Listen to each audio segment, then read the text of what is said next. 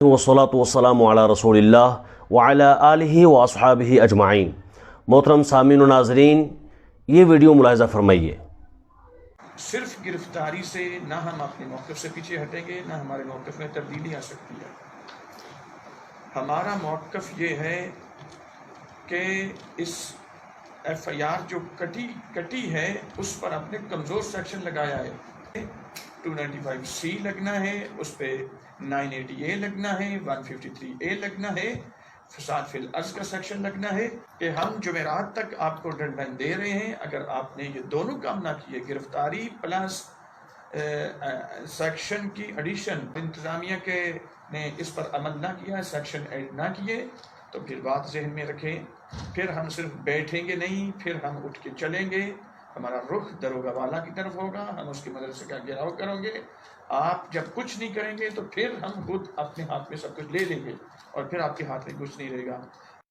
आपने सुना, ये एक शिया जाकिर है, आलिम है, और शियों की तरफ से नुमाइंदगी करते हुए ये एक वफद उनका बैठा हुआ है, और ये जलाली साहब के हवाले से इसको बड़ी जो है वो तकलीफ़ हो रही है, और कहता है कि सिर्फ गिरफ्तारी से काम नहीं होगा बल्कि 295C का सेक्शन लगाना होगा, यानी नामूसे रिसालत की तौहीन का सेक्शन लगाना होगा।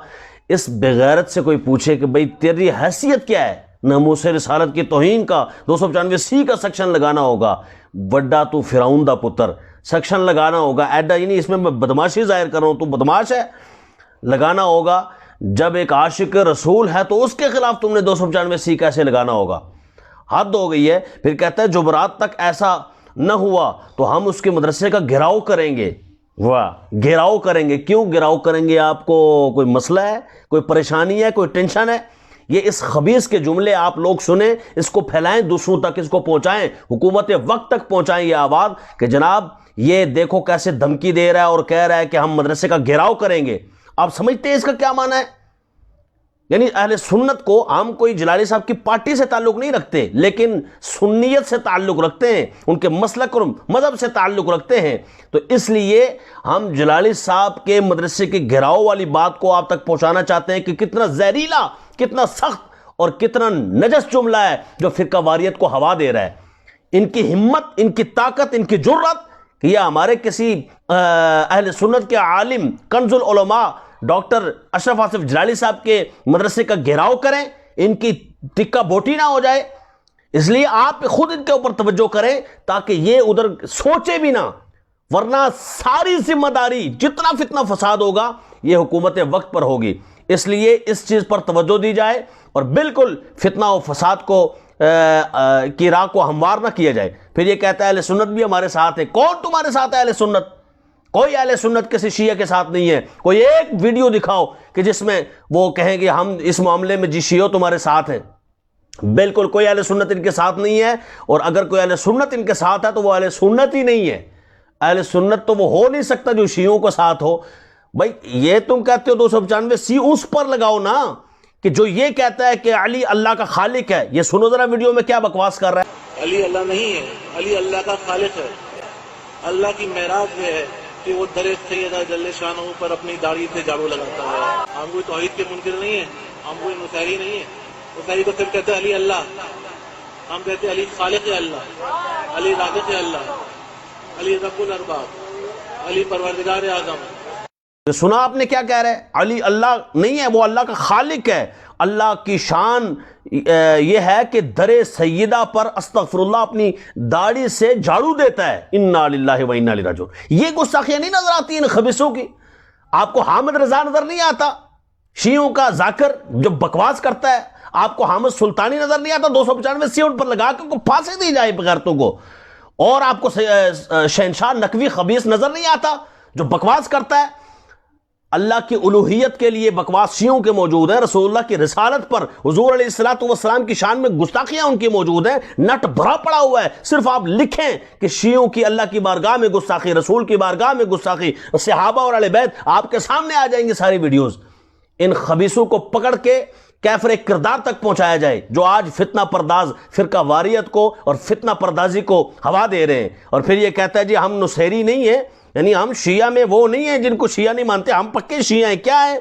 हम कहते हैं अली अल्लाह नहीं, علی تو پروردگار اعظم ہے، علی خالق اللہ ہے، علی اس طرح ہے، تو یہ مولا علی کی یہ عزت نہیں کر رہے، مولا علی کو یہ جملے پسند ہی نہیں ہے۔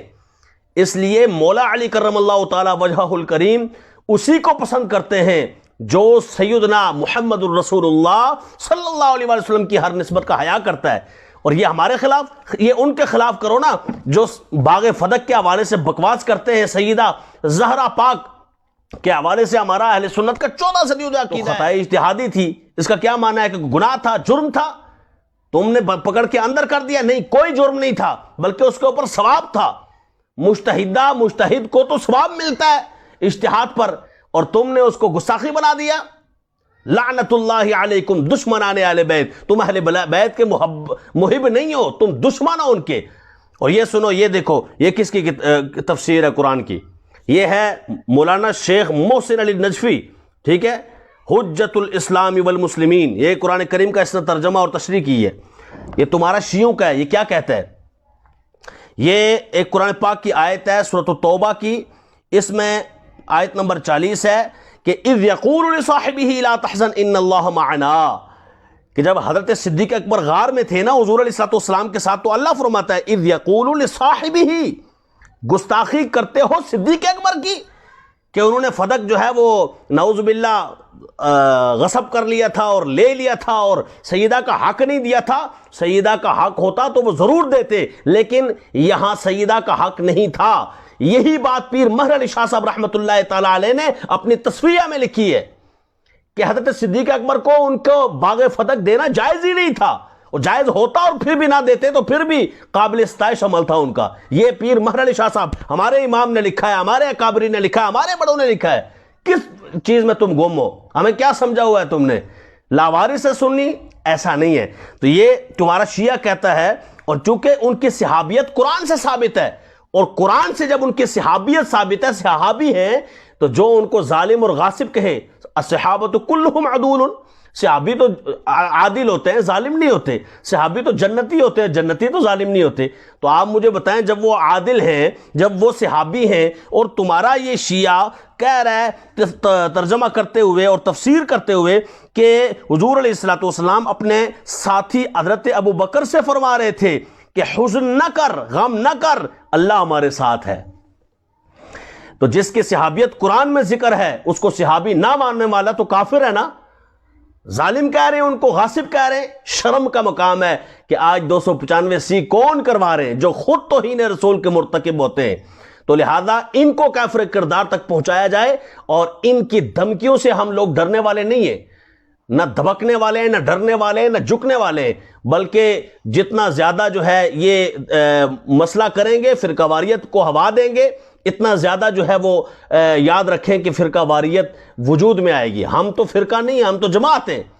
تو جماعت سے فرقے جو ہے، فرقے تو ٹوٹتے ہیں نا جماعت سے، تو جماعت تو پھر جماعت ہوتی ہے۔ اس لیے ڈریے اس وقت سے کہ جب اہل سنت جو ہے آپ کے خلاف خود کوئی کارروائی کریں۔ ہم کارروائی نہ کرتے ہیں، نہ کرنا چاہتے ہیں، اسی لیے یہ ویڈیو ہے کہ حکومت وقت ان کے خلاف از خود کارروائی کر کے ان کو اپنے امام باڑوں میں بند کرے، تاکہ ان کی بولیوں سے کوئی اہل سنت میں انتشار کا شکار نہ ہو۔